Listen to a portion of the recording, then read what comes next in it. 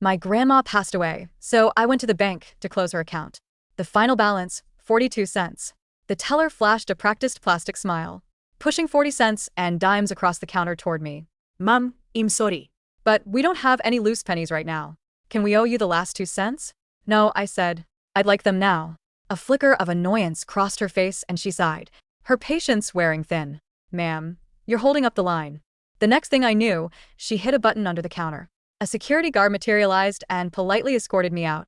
I immediately got on my phone and filed a formal complaint. That night, she put me on blast on Instagram. Just dealt with a total psycho. Who filed a complaint against me over 2 cents. She must be broke. As a joke. She attached a photo of the transaction slip, clumsily blacked out, but my social security number was perfectly clear. Overnight, my phone was so overwhelmed with hate messages it became unusable. The next morning, I stood in front of the bank and dialed 911. I'd like to report a crime. Someone has illegally disclosed my personal information. I paused. Voice study. And while you're at it, you should probably take a look at this bank's books. I have a feeling. My 2 cents aren't the only thing they've rounded down. The police were quick to arrive. As 2 officers walked into the lobby, the branch manager was in the middle of trying to placate me. Miss Pierce, look. There's really no need to make such a scene over a small matter like this. This was our mistake. I admit. We're prepared to offer you $500 for your trouble. How does that sound? I just stared at him, saying nothing. The officers approached me. Ma'am, are you the one who called? I am. I handed over my phone open to the Instagram post from the teller. Jessica. The transaction slip was there for all to see. My SSN clear as day. This woman, Jessica, one of your tellers, leaked my private information on social media. I explained. The comment section is already flooded with thousands of abusive messages directed at me.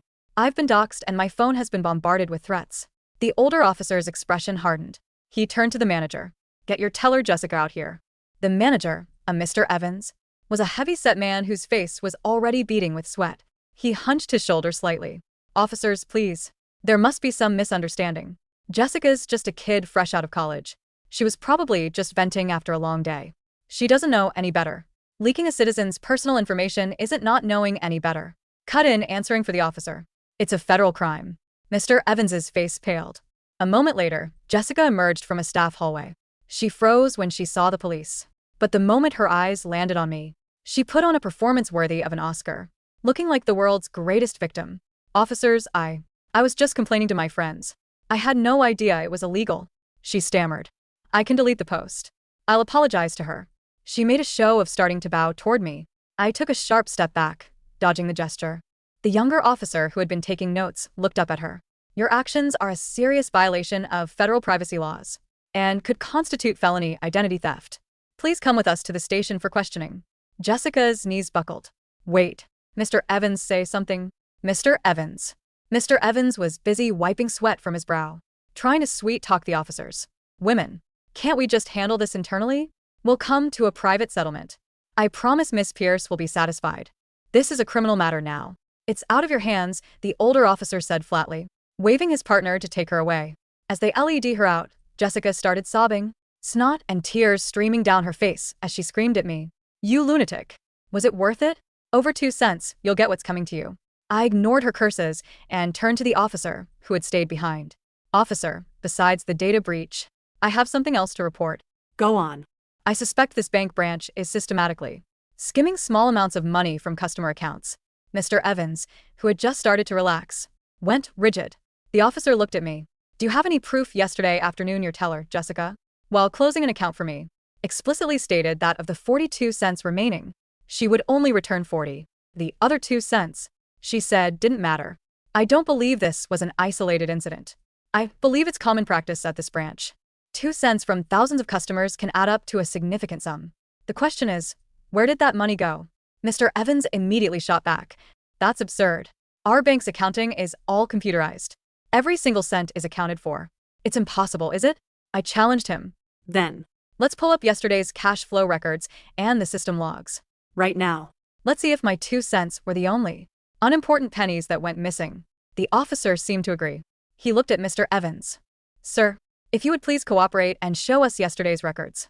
Mr. Evans nervously fumbled with his tie, pulling at a skewer. Officer, accessing those kinds of logs requires authorization from corporate. A single branch doesn't have that kind of authority. Don't worry, I interrupted my voice. Cool. I've already filed a formal complaint with the Banking Commission. I imagine their investigators will be here soon enough, with all the authorization they need. Mr. Evans stared at me, his mouth hanging open. Speechless. I held his gaze. I forgot to introduce myself. My name is Sophie Pierce. I'm a financial auditor, and tearing through bank records is what I do best. Jessica was detained for 5 days and fined $500 for illegal disclosure of personal information. The very next day, I got a call from the Banking Commission. They had formed a special task force to investigate my claim of systematic skimming of customer assets. The bank's corporate office reacted swiftly. Mr. Evans was suspended, and a vice president named Coleman called me personally. His tone was incredibly apologetic, promising a full internal investigation and assuring me I would be given a satisfactory resolution. I hung up the phone, not believing a word of it. With institutions this big, the first instinct is always damage control. Sure enough, that evening, my phone began ringing off the hook. First, it was blocked numbers. When I answered, I was met with a torrent of screamed obscenities. I enabled a feature to block all unknown callers. Then came Jessica's friends and family. They somehow gotten my number and used it to find every social media profile I had. A woman claiming to be Jessica's cousin sent me over 100 voice messages. How can you be so heartless? Got our Jessica thrown in jail, and you still won't let it go. You're going to ruin a young woman's entire future over 2 cents? Are you even human? Have you ever heard of showing a little mercy? Do you just want to destroy her completely? And of course, there was Jessica's boyfriend. He was more direct. Listen, up you bitch. Drop the charges now, or I'll find you and kill you. He sent a selfie of himself holding a baseball bat in the background. I could clearly see the entrance to my apartment building. I didn't reply. I just screenshotted everything. Then came a text from Mr. Evans. Miss Pierce, let's be reasonable. Jessica has been fired. You got what you wanted. I guess willing to offer you $50,000 to let this go. Think about it. If you keep pushing this, it won't end well for either of us. You're a young woman with a long career ahead of you. You understand? The threat was clear. I screenshotted that too. They were working fast. New posts were popping up all over Instagram and Reddit. The headlines were all variations on a theme. The ice-cold auditor who drove a bank teller to suicide over 2 cents. Breaking. Teller in 2-cent dispute attempts suicide amidst relentless harassment. Is the 2-cent avenger a hero or a monster? The posts were written with dramatic flair, claiming Jessica had lost her job because of my complaint, and unable to handle my continued persecution, had slit her wrists and was now fighting for her life in the hospital. They included a photo of a wrist wrapped in bloody bandages, the person lying in a hospital bed. It was blurry, but the distinct purple-dyed hair was unmistakably Jessica's. The comment sections exploded. OMG, for real? Someone tried to kill themselves over 2 cents. This woman is a demon. This is terrifying. What kind of person does this? My friend is a nurse at that hospital. She said the teller lost a lot of blood. It's really bad. So what if she's an auditor? She's just a bully on a power trip. People like her are the worst. My name, my employer. Even photos from my college yearbook were plastered everywhere. My phone was unusable. The receptionist desk at my company was flooded with angry calls. I stared at the venomous words scrolling across my screen, then calmly turned off my phone. Did they really think this would make me back down? I opened my laptop, navigated to an encrypted forum on the dark web, and posted a new thread. The title was $10,000 bounty for information on backdoors, or artificially created financial loopholes, in a certain commercial bank's software system. It was a long shot, but it was the fastest way I could think of to find out where the money went. The dark web is not a place. It is a noise. It is the static between radio stations where the real business of the world happens. I sat in my darkened apartment, the glow of the monitor illuminating a face that hadn't slept in 30 hours. My bounty post had been viewed 40 times. 0 replies. I checked my phone. Another 100 death threats. The photo of Jessica's bandaged wrist was trending on X, formerly Twitter. The caption read, "Blood on her hands. Hashtag justice for Jessica." I zoomed in on the photo. High resolution. The bandage was wrapped professionally, but the angle was theatrical. I pulled up the metadata.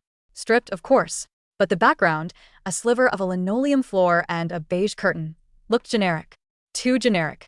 A notification pinged on my laptop. A private message on the encrypted forum. User, 0sum. You're looking for the salami slice. Classic code. Boring. Why is it worth 10K? I typed back instantly. It's not just the slice. It's the authorization. Someone at the branch level can't approve a rounding skimming algorithm without tripping the central audit flags. I need the bypass key. A pause. The cursor blinked. The bank you're targeting uses a legacy system called Fortress. It has a backdoor built for testing purposes in 2018.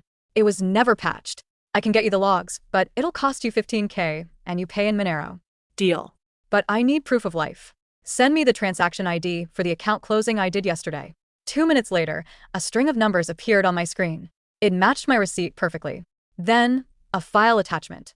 Evans_branch_044_shadow_log, txt. I opened it. It was beautiful. It wasn't just my 2 cents. It was millions. The code didn't just round down. It reclassified the remainders as maintenance or charges on dormant accounts, accounts of deceased people, just like my grandmother's. They were stealing from the dead, because the dead don't complain. I wired the crypto. Then I heard the glass shatter. The brick landed on my living room rug, followed by the dull thud of a heavy boot against my front door. Open up, you heartless bitch. The voice was familiar. Jessica's boyfriend. The one with the baseball bat selfie. I didn't scream. I didn't hide. I picked up the can of bear mace I'd bought 3 hours ago and stood behind the kitchen island. I had already called the police non-emergency line an hour ago to request a patrol drive-by due to the threats, but they were slow. The door splintered. The deadbolt gave way. He stumbled in, a hulking guy in a stained tank top, smelling of cheap whiskey and bad decisions. He wasn't holding a bat, he was holding a tire iron. You think you can hurt my girl? He roared, swinging the iron into my coat rack. She's in the hospital because of you. Is she? I asked, my voice terrifyingly calm. Or is she at the Holiday Inn on 4th Street? He froze. The tire iron lowered an inch. What? I tracked the IP address of the suicide photo upload. I lied. It was a bluff, but a calculated one. It wasn't uploaded from a hospital. It was uploaded from the hotel Wi-Fi. And the bandage? You bought it at CVS at 4:30 p.m. yesterday. Want to see the receipt? Confusion clouded his drunk eyes. You're lying. Am I? You're here to kill me for a girl who is currently ordering room service and laughing about how easy it is to manipulate you. He took a step forward, rage overtaking confusion. Shut up. He raised the iron. I raised the canister. A stream of capsaicin spray hit him square in the eyes. He dropped like a stone, screaming, clawing at his face. The tire iron clattered across the floor. I stepped over him, pulled out my phone, and took a photo of him writhing on my rug. I didn't call 911 immediately. I opened Instagram. I posted the photo of him on the floor. Caption: Jessica's boyfriend decided to pay a visit. He seems upset about the fake suicide story, too. The police are on their way. Who wants to be next? Then I called the cops. By the time the police dragged the weeping boyfriend away, the narrative had shifted.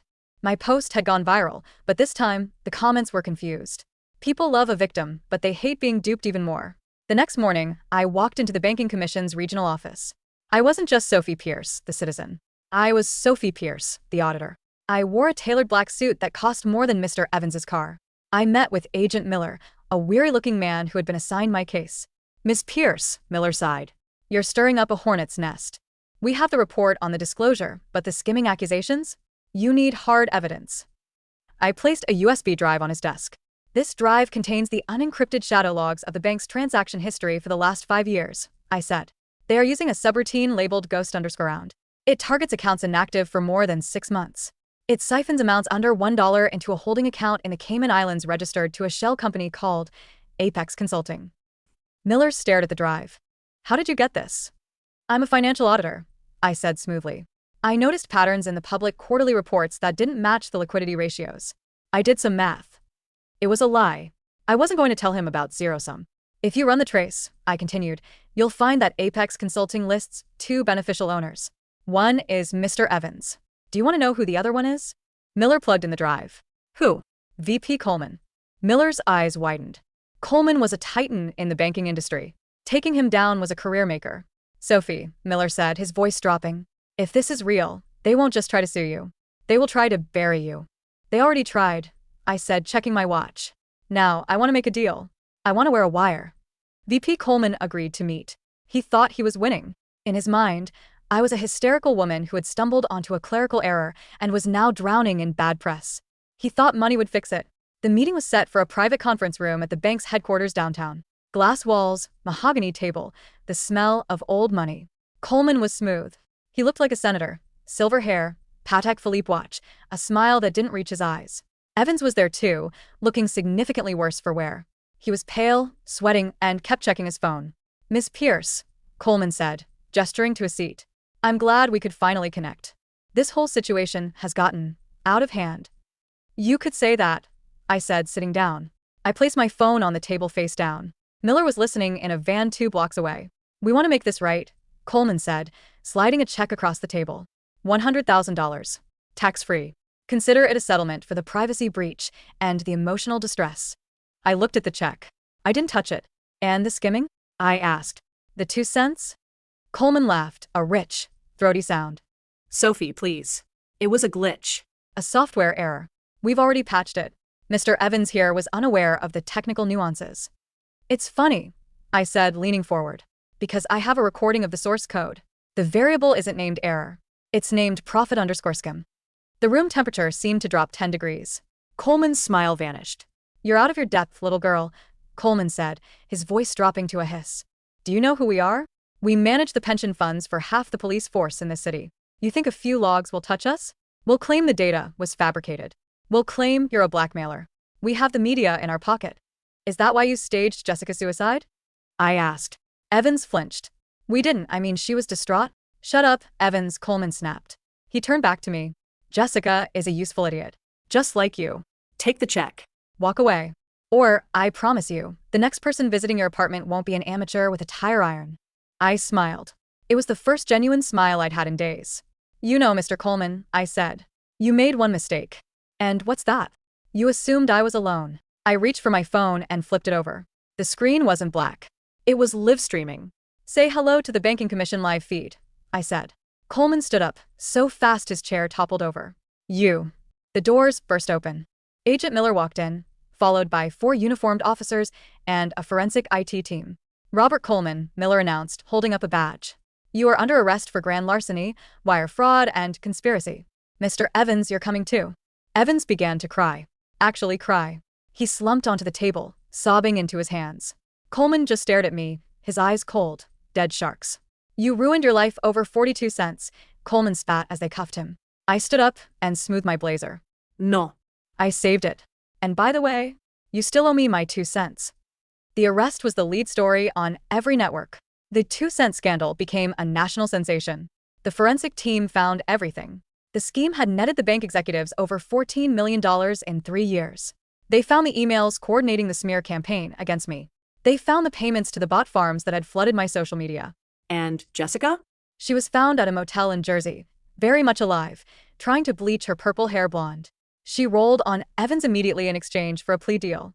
She admitted the suicide photo was staged by Evans to garner sympathy and destroy my credibility. She got probation and a permanent record that would ensure she never worked in finance or anywhere near sensitive data again. The bank branch was closed down.